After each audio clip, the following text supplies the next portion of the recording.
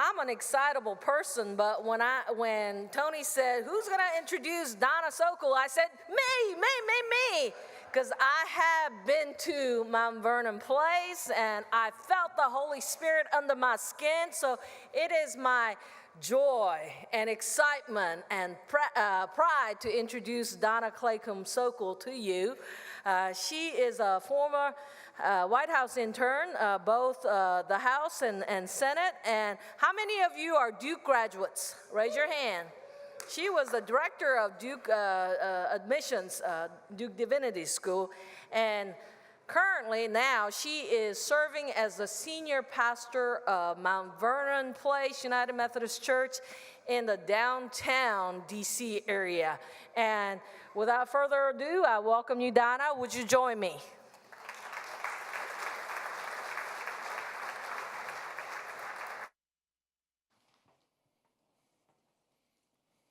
Well, good morning.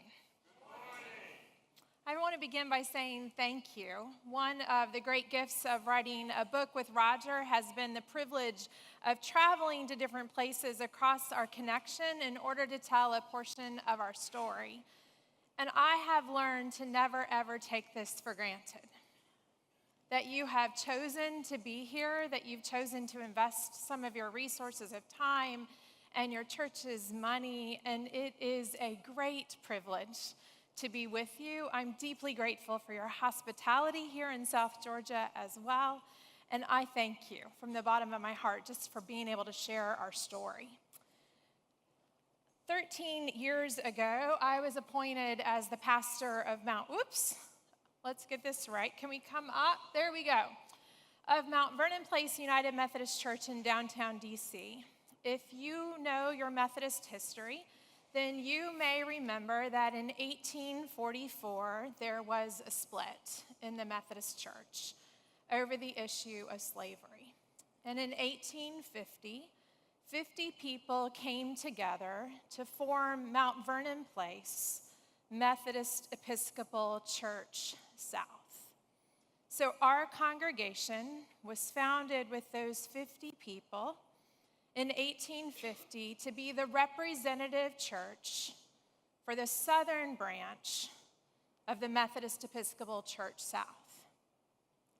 Efforts began at the turn of the century to figure out how it is that that denomination could build a representative building that would be a monument to what that church stood for. When the building was built in 1917, between 1917 and 1919, no expense was spared. And your conference, South Georgia, played a huge role in building that building. Bishop Candler was behind a significant amount of the fundraising for the building. There are letters upstairs in our archives from Bishop Candler threatening the congregation that if they didn't come through on their financial commitment as well, that he was going to have a heavier hand. 2 of our great big stained glass windows were given by the South Georgia Conference. One of them to honor Bishop Candler and the role that he had played, and the other one in memory of someone else. So the building was built, it was dedicated in 1919, and hundreds and thousands of people started to come. People started to line up. The only time I've ever lined up to go to church was at Glide Memorial in San Francisco. But people lining up to go to church on a Sunday to come inside for worship was a regular occurrence. Our choir or music ministry was huge. There are lots of records upstairs in our archives today that the choir had come up with. The pews were overflowing with people as well. And one of my favorite things that I found in our archives with the coffee stain and all is a homemade membership chart that tells an even larger part of our story. So you see that we started with in 1850 with 50 people. We continued to grow rather significantly. We got to 195 people. Then the Civil War started. We were a southern church in the northern headquarters city. So during the Civil War, we went back to 50 people. The war ended, and then we took off. And if you look in the middle of the chart, we reached our height in 1960 with 4,541 members. We were the largest church in the northeastern jurisdiction and one of the largest Protestant congregations in the nation's capital.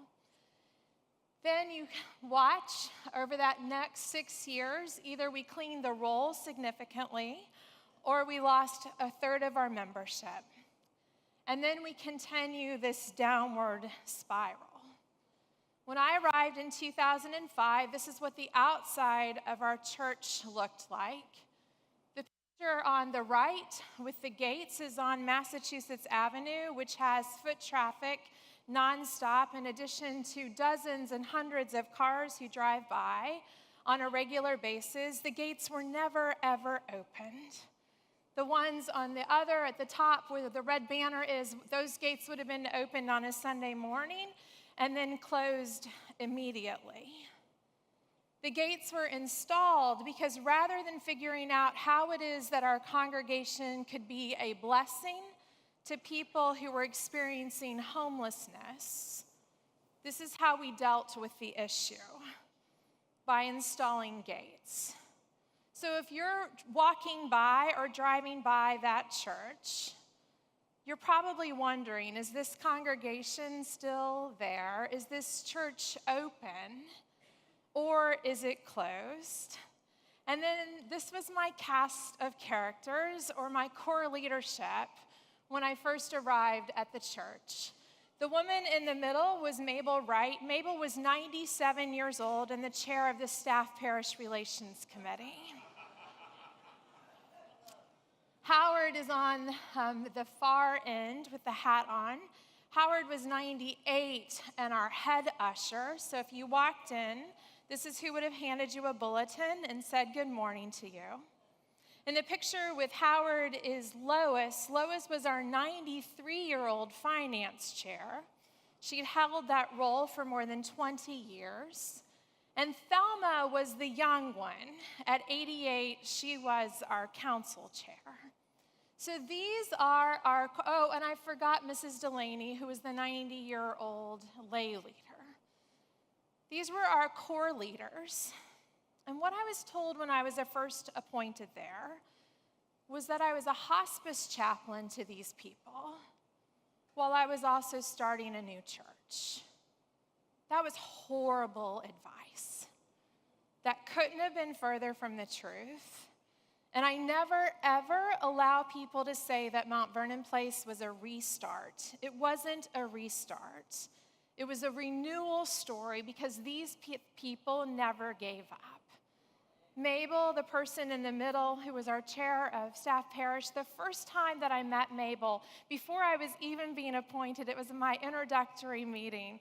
And Mabel, at the end of that meeting, looked me straight in the eye and said, Donna, Mount Vernon Place is in the center of the city. Washington needs Mount Vernon Place, and Mount Vernon Place needs you. And don't you ever forget that you have the best job in Washington. Amen. Now, I thought Mabel was lying for 2 years. But Mabel never, ever let me be in her presence without repeating those words. And if you follow me on Facebook, you know that I use those words, best job in Washington, just to describe the incredible privilege that I have more than anything else. But all of these people had played a significant role. That's just one story. And then we were presented with an opportunity that was orchestrated in large part by David McAllister Wilson, who's the president of Wesley Seminary. David had been influenced by the story of Chicago Temple and what a church can do in a downtown community, picking up on some of what Russ said, to be a blessing with our building, to be a blessing with our space. And so David came up with the idea that we could sell a portion of our church's property. In exchange for the proceeds of that sale, we would completely restore the 1917 building. We referred to it as a leak-a-week building. About a third of it had become unusable because of so much water damage and decay. The roof was the original roof. It had been patchwork repaired, but it had not yet been replaced. And if you think about it, what I didn't say is that the congregation, there were less than 50 active members with an average age of 82. So to even be able to do some of the work that was needed just to replace the roof would have been a monumental task. And so David said we could sell the portion of the property, use the proceeds of that sale to restore the historic building, buy back space in a 12-story commercial building, and then enter into a partnership with Wesley Seminary. So we did that. The congregation voted to sell the property in my third week as the pastor, letting go of two buildings, a 1940 edition and a 1958 edition, and a small parking lot, and then to allow that to take a great risk and to see what God could do. And so today, we operate in a new building, with the exception of the historic building. We operate space in a commercial building where we own 22,000 square feet.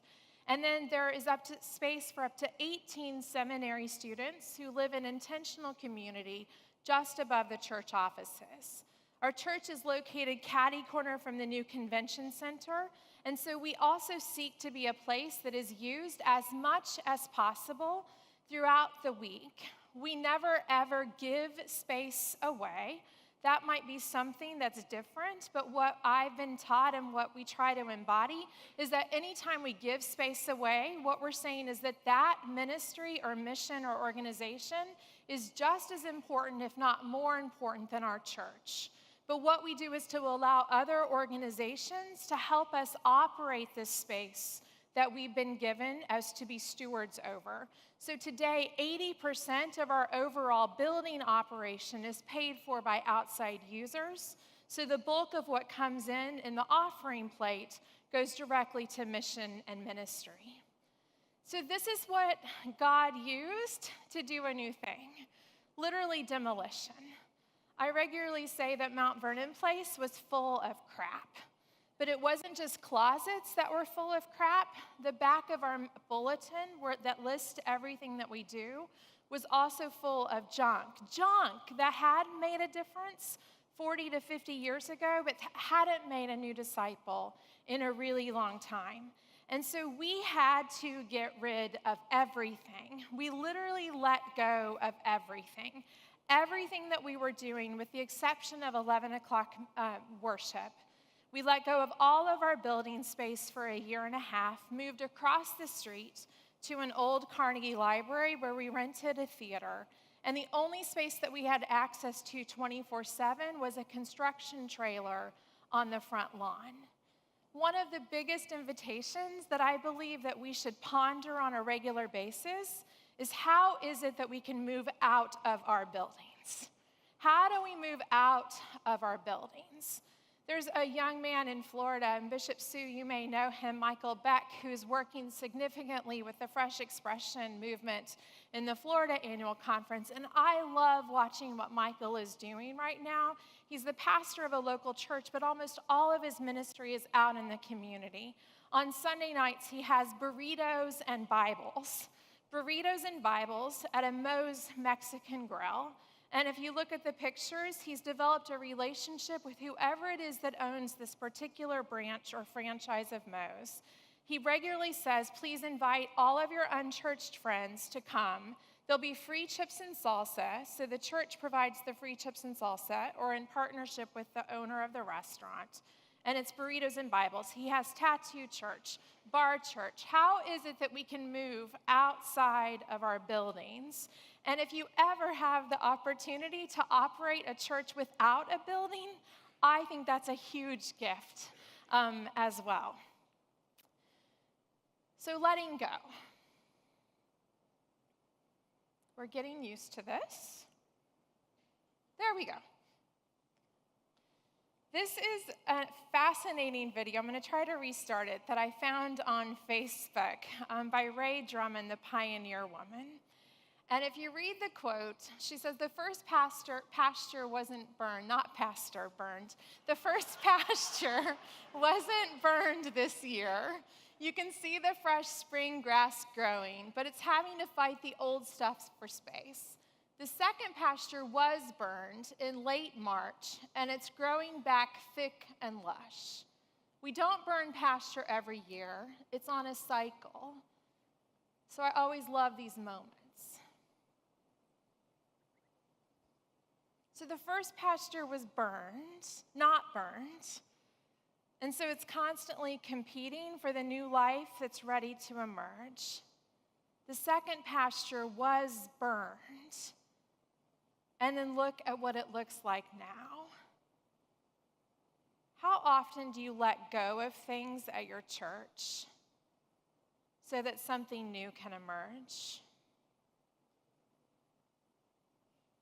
Why is it that we continue to invest so much time and talent and energy and financial resources in ministry just because we've been doing it that way for a long time, allowing some of that ministry to completely zap our resources when there could be new life, eager to push in and take the place of that ministry that's no longer making a difference.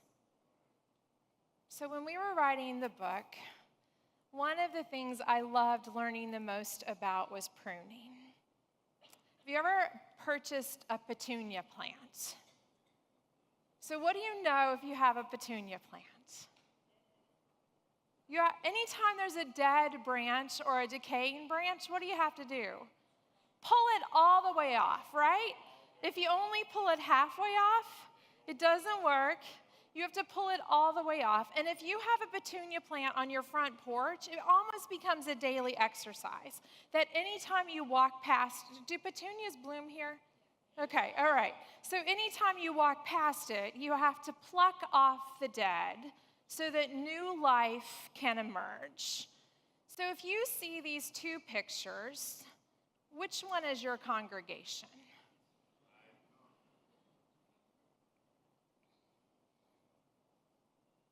So in order to get to the really healthy, vibrant one, someone had to do a whole lot of plucking, a whole lot of pruning, to constantly be paying attention to what was giving life and what was not giving life. One of the things we learned when writing the book is that a grape grower has to remove at least 90% of last season's growth in order for new grapes to keep on growing. 90% of last year's growth has to be completely removed in order to make more room for new growth. So it's really no wonder that one of the images that Jesus offered was the image of the vine, right? That to cut back any vine that's no longer producing fruit in order to make room for new fruit. But why are we so afraid of letting go of ministry?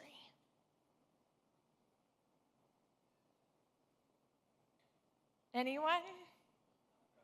Comfort. We're afraid of hurting someone's feelings. We've always done it that way.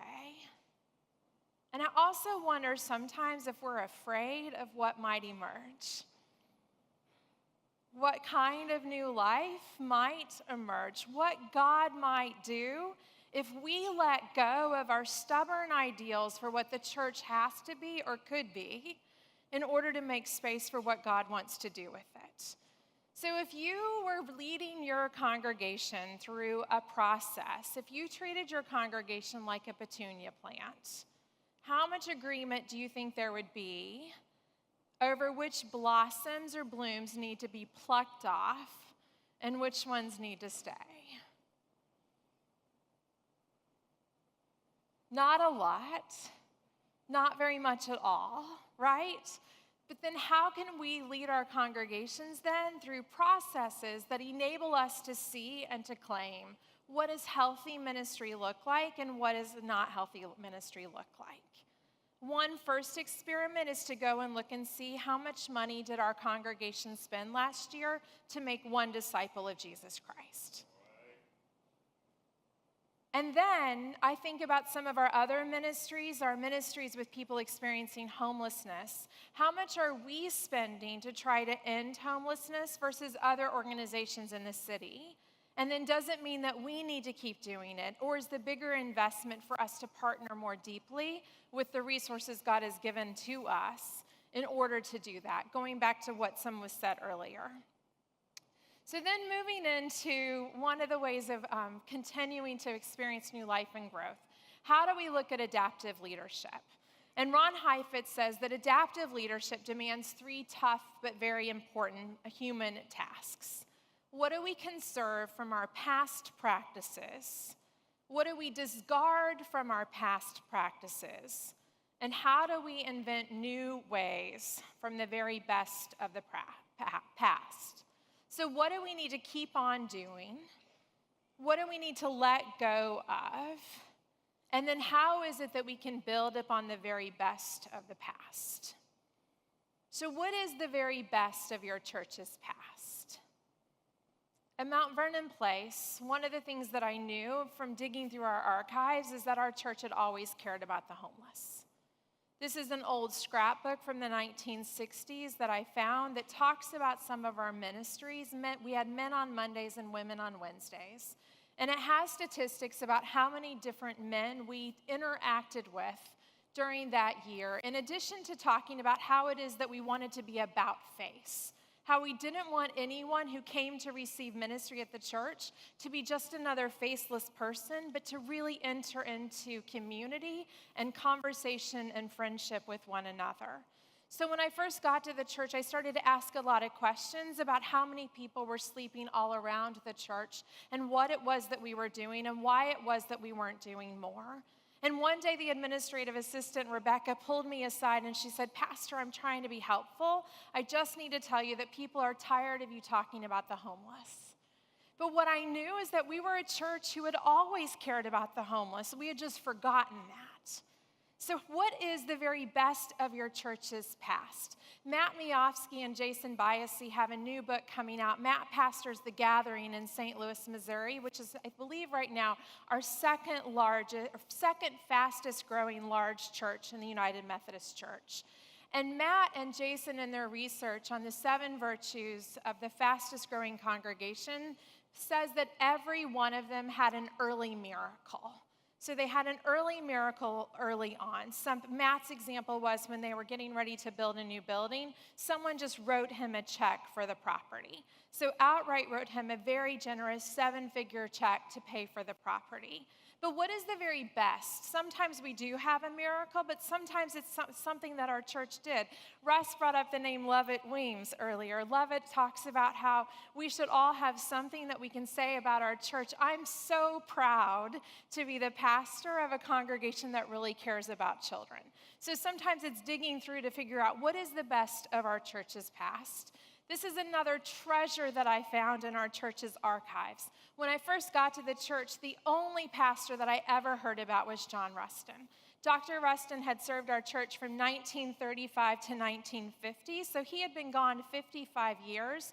But the way that people talked about Dr. Rustin, you would have thought I was following him. It didn't matter who else had come to that church in the last 55 years.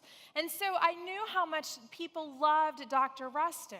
Then I found a Washington Post article that was written on the Monday after Dr. Rustin's last Sunday in 1950. And if you read part of this church, in 1950, Dr. Rustin told the congregation that the trouble with the church is that it's not liberal enough. But don't listen to that word or allow that word liberal to push you aside yet. And then he spelled out what he thought it should be. And he said, first of all, well, when the church becomes a real factor in the life of the people, it has vision. It's not expending all its energy in defending creeds or standing on ancient dogmas. It should challenge the people to move past its warped emotions and deep-seated prejudices. And it should always move people into action. To move people past their deep-seated prejudices. Dr. Rustin was appointed in 1935, which means that he would have been appointed a pastor of the Methodist Episcopal Church South. But this is what he preached in 1950, 18 years before Dr. King is assassinated. The message from our pulpit was to get people to move past their deep-seated prejudices. So how then could we continue to build upon this part of our past? And then what do you need to let go of? I just found this closet 3 months ago, and I couldn't believe that this stuff that we have continued to hold on to it. One of the signs is about not throwing rice on the steps. I haven't been to a wedding in years where people threw rice. We've saved all these communion cups, glass communion cups. I don't know when someone's going to wash all those glass communion cups. But what is it that you need to let go of? What is it that you have crammed into a closet, but more importantly, crammed into your budget or crammed into your calendar that you really do need to let go of? What do we need to let go of? And then how do we build on the best of the past? So some of the questions that we ask in A New Day in the City are, where are people investing their time? So if a ministry is really only being held by one person, is that still a ministry of the church? If there used to be 10 people really involved in it and only one person is serving in it, is that still really a ministry of the church that's vital? What does vital ministry look like? What's yielding fruit? What's producing fruit? And what's just draining resources? And then what could you stop doing today that no one would really notice? They're simple questions with complex answers. So if you were to take 5 minutes, I'm not going to give you this time, but if you were to take 5 minutes or to work through a team with a team in your church and to literally list every single thing that your congregation does, everything that your congregation does, to do a complete inventory, and then to identify what is at the heart of who you are, what's not at the heart, what's more on the peripheral, and then what is really making disciples of Jesus Christ. And then how is it that we can help our people to see what is it that we need to let go of? Because if it's not making disciples of Jesus Christ for the transformation of the world, then why are we continuing to invest in it? Why are we continuing to do it? One of the quotes that continues to haunt me often is this quote by Thomas Merton, that everything we love for our own sake, out of God alone, blinds our intellect and destroys our judgment. It vitiates your choice so that you cannot clearly distinguish good from evil, and you do not know God's will. But how many things do we do in our churches because we love them versus because of our doing it for God? And what would we do if we were only working for God and God alone? If we had an audience of one and that was to please God as much as possible, then what is it that we would do and what would we let go of? So some more questions that you can ask in the life of your congregation related to the Merton quotes that are in the book. How much of our church building and its contents do we love for God? And how many of them do we love for just us? What is it that we do in our church for our sake, and what is it that we're doing for God's sake? What traditions do we have that have everything to do with our potential preferences and not necessarily the potential preferences of our mission field? When I first got to Mount Vernon Place, I was told things like, these are the songs that we sing on the 4th of July weekend. These are the songs that we sing on the first Sunday of Advent. But no one had stopped to ask why in an incredibly long time. So what is it that we do just because we love doing it? Never mind the fact that it hasn't touched a warm body. in a really long time in terms of someone that's new to our church. And again, that question, what would we do if we were working for Christ's sake alone? A few years ago, there was an exhibit at the Renwick Gallery across from the White House called Wonder. And all the pieces of art were designed to help you turn to wonder. And the artists that exhibited during their pieces had all taken normal materials and created something new. And this is a piece of art. You might not think it's art, but it's a piece of art that's created out of old tires.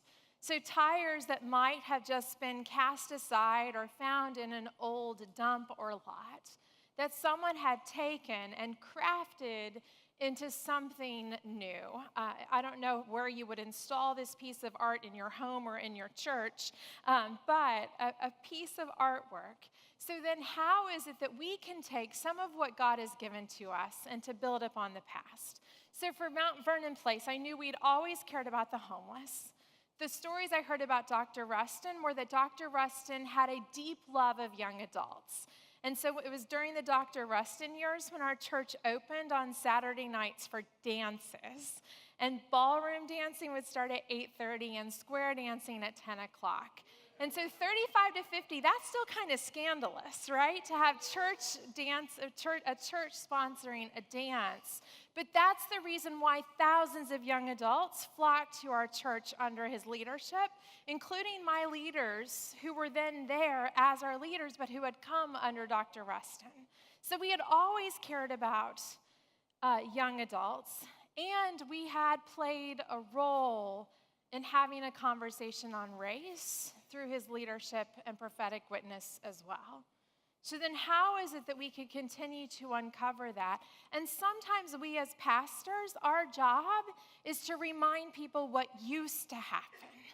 Not in a way that invites people to only look back as if the glory days are what influences us moving forward, but to remind people what the church was doing when the church was a real factor in people's lives, if the congregation that we're serving isn't a real factor in people's lives right now. So I want you to turn to your neighbor and to share just a moment, literally 60 seconds. What is your congregation's primary focus right now?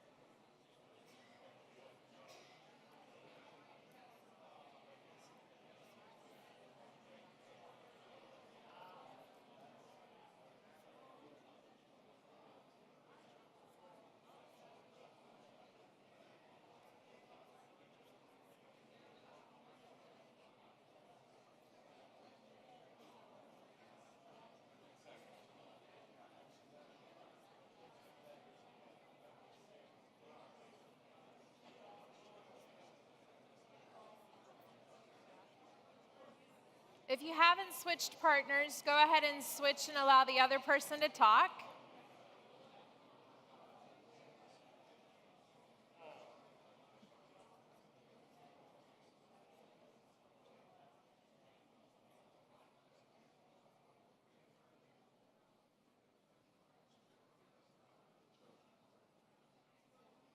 And the second question is, what is your congregation doing to reach new people?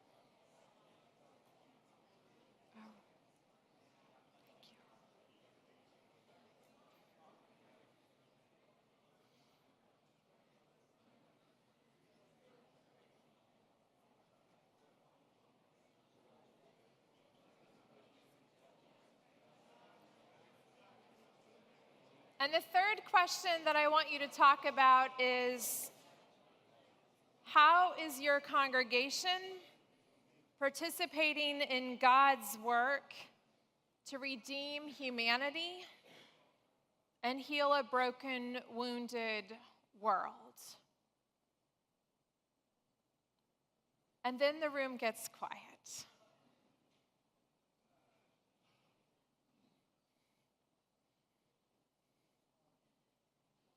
So when I first got to Mount Vernon Place, this is why I thought that I was appointed there.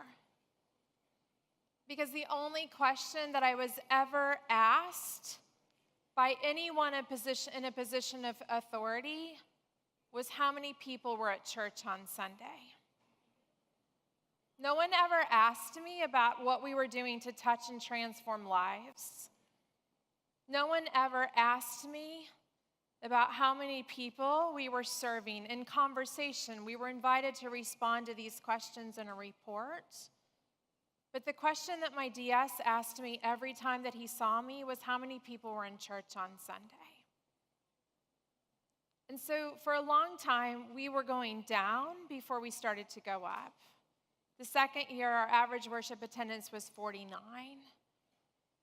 And so what I had to say to David was, David, will you please no longer ask me how many people were in church on Sunday without also asking me where I see God at work?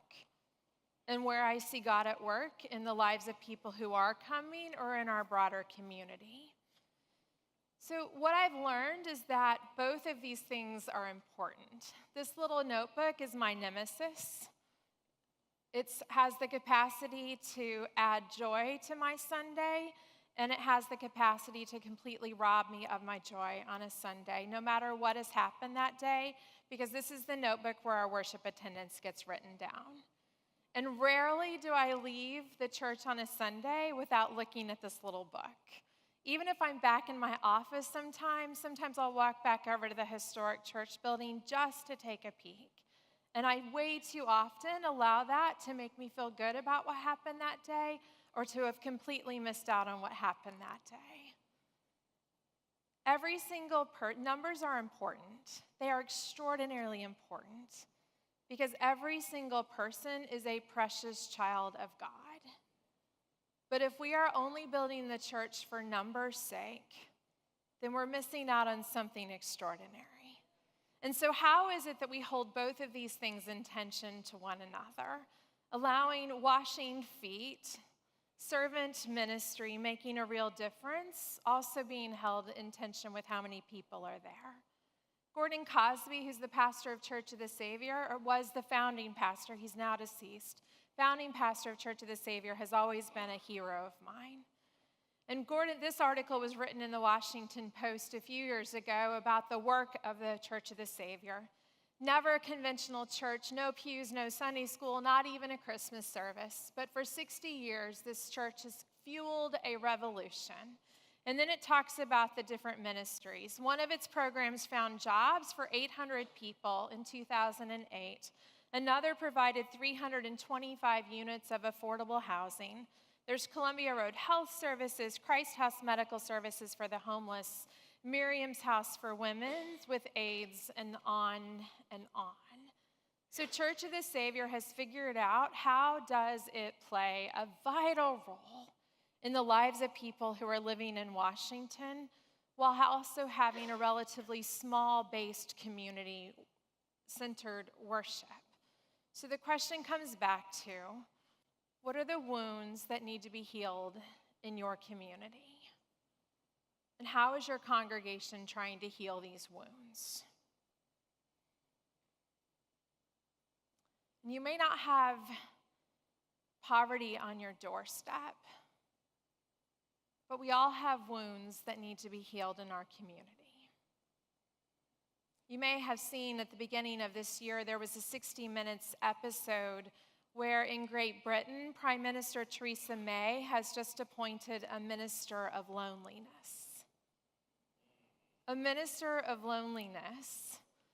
And what Prime Minister May said was that I want to confront this challenge for our society and for all of us to take action to address the loneliness endured by the elderly, by carers, by those who have lost loved ones. The article goes on to share how loneliness is proven to be worse for a person's health than smoking 15 cigarettes a day. It's a health epidemic. Harvard Business Review then reports, "We live in the most technologically connected age in the history of civilization, yet rates of loneliness have doubled since the 1980s. Today, over 40% of adults report feeling lonely, and research suggests that the average or statistic is much higher. The number of people who report having close confidence in their lives has been declining over the past decades." A former Surgeon General states that loneliness is now associated with a greater risk of cardiovascular disease, dementia, depression, and anxiety. I regularly refer to the community where our church is as a community of concrete condominiums, which means that many of our members go to bed at night, or the people that we're called to serve all around us, our neighbors. And one person's head might be right here when they go to sleep at night. 12 inches away on the other side of the wall is another person's head going to sleep. So there's 12 inches that separate them for at least a third of their lives when they're sleeping. And they may have lived in that building for a year and they still don't even know each other's name. We have people who have 1,000 friends on Facebook and no one to spend time with on Friday night. One of our prayers right now at Mount Vernon Place is that God will allow us to be a cure for loneliness. And I'm not naive enough to believe that the people I'm looking at right now don't know the emotion or the feeling of loneliness. That it happens to us whether we're single or married, whether we have children or not, whether we have parents who are still living or not, whether we know our next door neighbors or not. But why do we forget that? And that's something that's happening whether we are in rural or urban areas. And so what if one of our biggest prayers for all of our churches was, God, will you please help us to be a cure for loneliness? One of my prayers every Sunday is, God, please don't let anyone walk into this space today without knowing beyond a shadow of a doubt that they have been seen and fully welcomed, and know that they're welcome back here next week as well. How can we be a cure for loneliness? I want to skip over this. Bill Lamar is the pastor of Metropolitan AME in Washington, D.C. One of the quotes that he gave to me when I was writing the book that continues to haunt me is that God is committed to the flourishing of this place only if we are committed to the flourishing of human beings. And why do we so often get caught up on just focusing on our local church flourishing, on getting as many people in there as possible for no reason, just to have more people in the pews, versus also thinking about how are we helping people in our community flourish? And what does that flourishing look like? How is our congregation helping people flourish? Because if we're not helping our wider community flourish, then wouldn't it be better off if our doors were closed? What difference are we making? And so some of the differences that we're trying to make, poverty is on our doorstep all the time. So when we did the renovation, we put showers into the building. So showers are just below the sanctuary. And we have a shower ministry. And anytime our doors are open for the shower ministry, and anywhere between 35 and 50 people come. It is one of the ways that we partner with the wider community, and that hotels are one of our main sources of shampoo and soap and conditioner and other toiletries. So we provide underwear, clean underwear, socks, thermals during the winter months. The bigger portion of the bigger emphasis is upon community, so guests can come in and receive coffee, take part in conversation, have a quiet place to read the Washington Post, and get a warm shower. Another experiment that we've tried that I don't know how well it's going right now, is Hope for All. And so a few years ago, we decided that it was no longer faithful to allow people to sleep on our porches.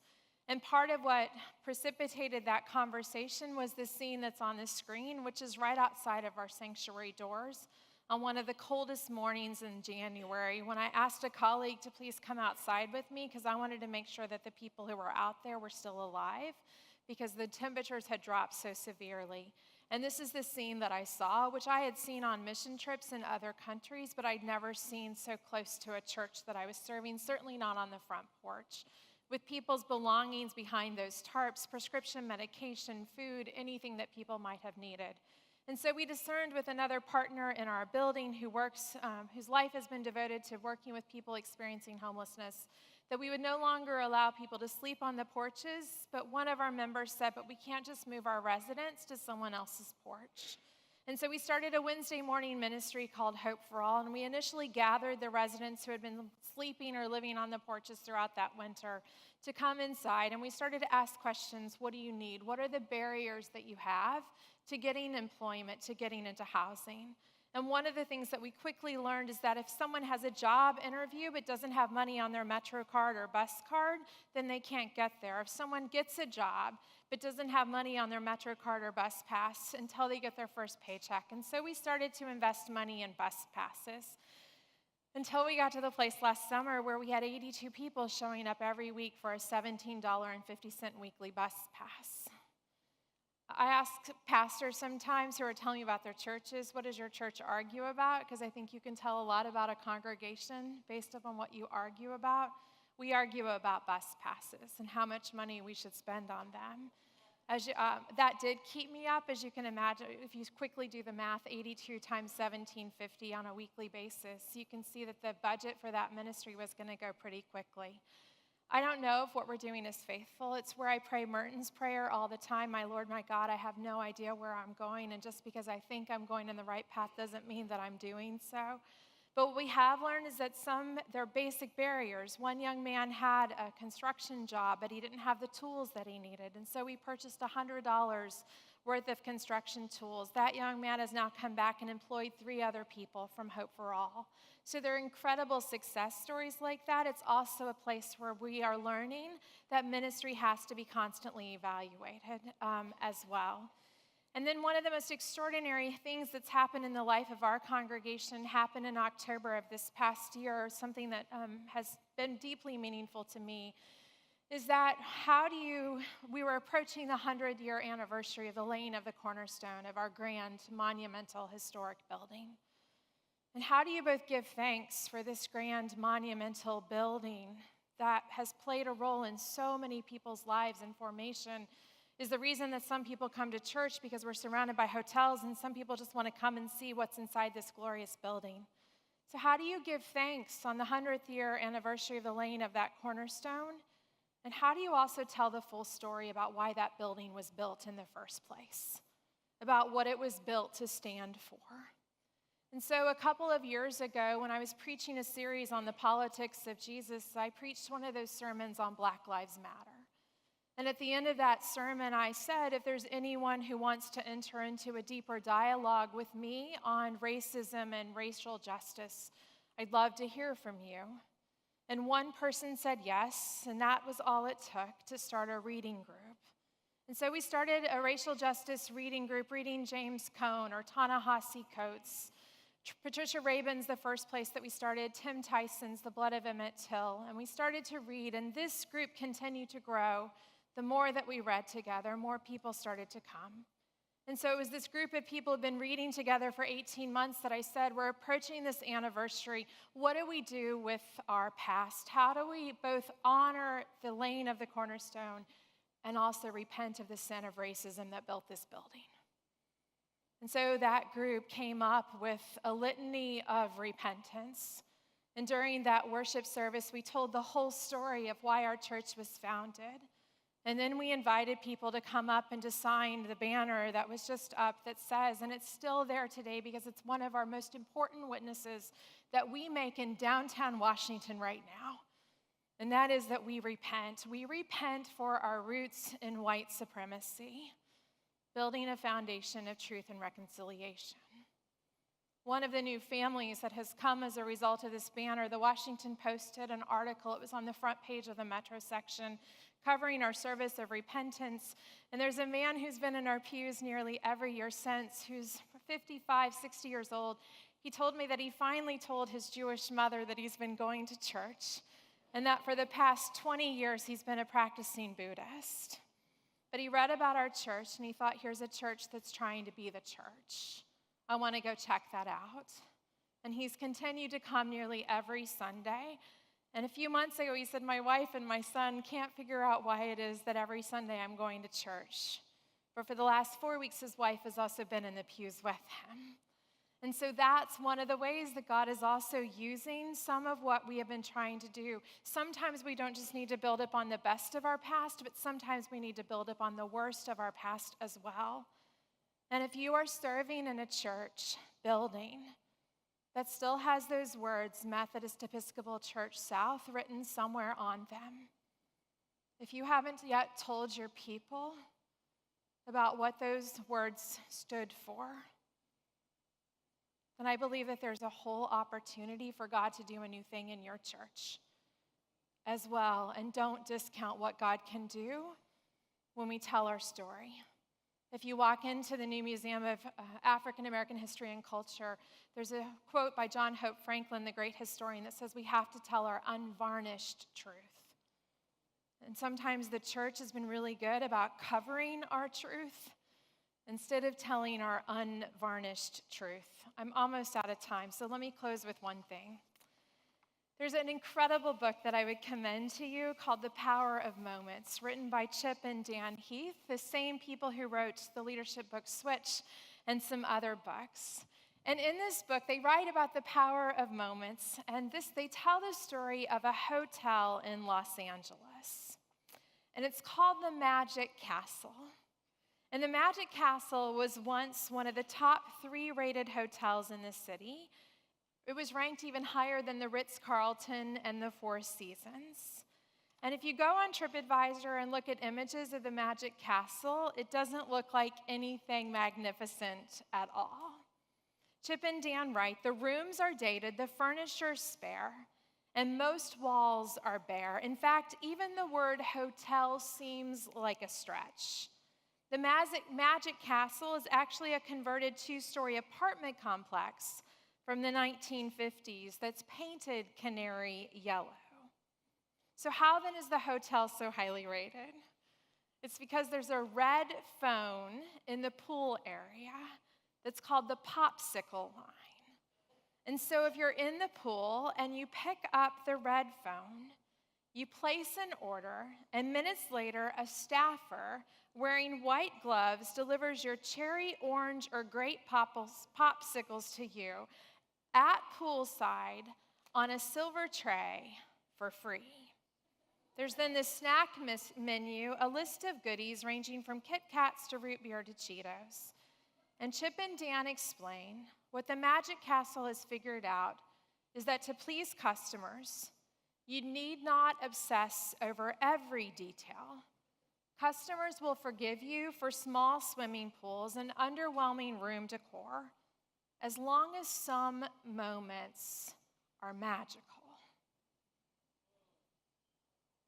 We have all kinds of moments in our churches that are magical. How we do communion, how we preside at the table, is a magical moment for someone who hasn't heard about God's words of mercy, love, compassion, and forgiveness in a long time. Every single time when we start worship at Mount Vernon Place, we start with the same greeting. I let folks know how glad I am that they're there. And then I say, no matter where you've been this past week or where you have failed to be, no matter what you have said or what you have failed to say, no matter what you have done or what you have failed to do, and no matter who you have loved or who you have failed to love, we gather in the name of one who is so familiar with us that we're even told that God knows the number of hairs on our head. And it is my hope and prayer, but also my deepest expectation, that the one who knows us by name will encounter us right as we are and prayerfully send us forth differently than when we first arrived. If you've not been to church in a while or had an encounter with God, it's enough to make people weep before the first hymn is even sung. But so much of what we do is a magic moment. I'm way over time, but let's not take him for granted. Thanks be to God. Amen.